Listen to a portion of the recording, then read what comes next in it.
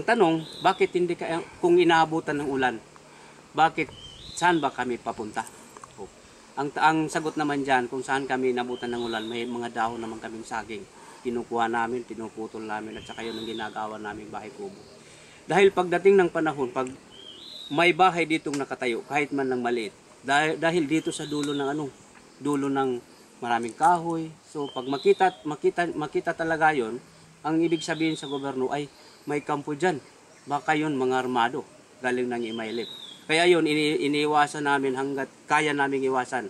Dahil sa pagkangayon, andyan na si Pinoy na tumutulong sa problema ng Bangsamoro. Kaya ito ang ginagawa namin. Lahat ng kilos namin dito, lalong-lalo na sa Bangsamoro, ay iniiwasan namin makagawa kami ng gulo.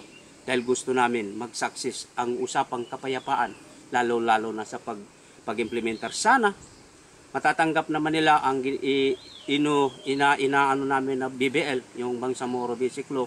Kaya ito, lahat ng ginagawa namin dito sa leader, dito sa cluster ko, ay talagang iniwasan namin na magkaroon kami ng mga anggulo para hindi masagot yung usapang kapayapaan, lalong-lalo na dito sa Mindanao. Dahil problema to. Kaya lahat ng problema may solusyon. Ito na ang solusyon.